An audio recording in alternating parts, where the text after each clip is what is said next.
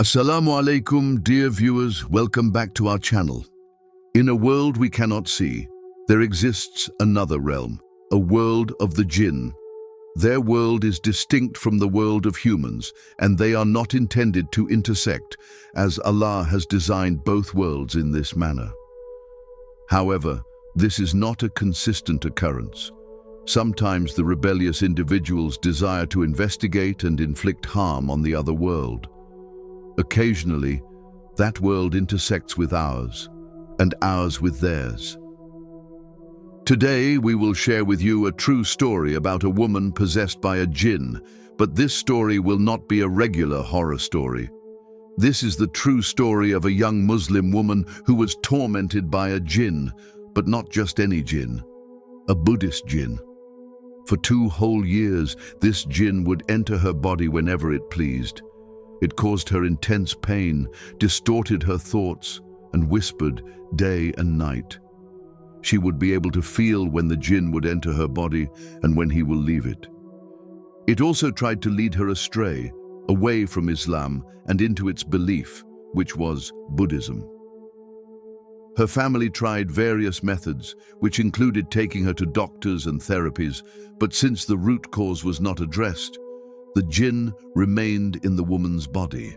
Until one day they met a man known for his Ruqyah sessions, Abdullah ibn Yusuf. He recited the Qur'an with calmness and wisdom, and for the first time, the jinn responded. The jinn spoke with a male voice from the woman's body. "I have never heard words like this before." The jinn was moved. It confessed to being Buddhist, but said, "These words are the truth." To make things clear and official, the woman's family, along with Abdullah ibn Yusuf, brought her to the respected scholar Sheikh ibn Baz. There, something extraordinary happened. The jinn conversed with Sheikh ibn Baz while being in the body of the women and having the voice of a man, and confessed to him that he was a Buddhist jinn and was convinced by the words of Abdullah ibn Yusuf and wants to accept Islam at his hands in front of everyone. "I bear witness, there is no God but Allah, and Muhammad is his messenger." The Buddhist jinn took Shahada inside the woman's body in front of the scholar. Sheikh ibn Baz spoke to the jinn, reminding him of his new responsibility, not only to stop harming others, but to spread Islam among the jinn community. The jinn assured the sheikh and replied, "I will never trouble anyone again." He left the body of the woman before saying the final words, "Assalamu Alaikum." The jinn then departed as promised. 2 months later, the scholar met the woman again to know about her well-being and to inquire whether the jinn troubled her again or not after that incident. The woman, who was visibly at peace, now replied that he never returned again. But during those 2 years when the jinn used to trouble her, she was very close to leaving Islam. She told Sheikh ibn Baz that the jinn's whispers had almost pushed her over the edge. But she never gave in, although she was feeling an inclination in her heart to abandon Islam and accept Buddhism.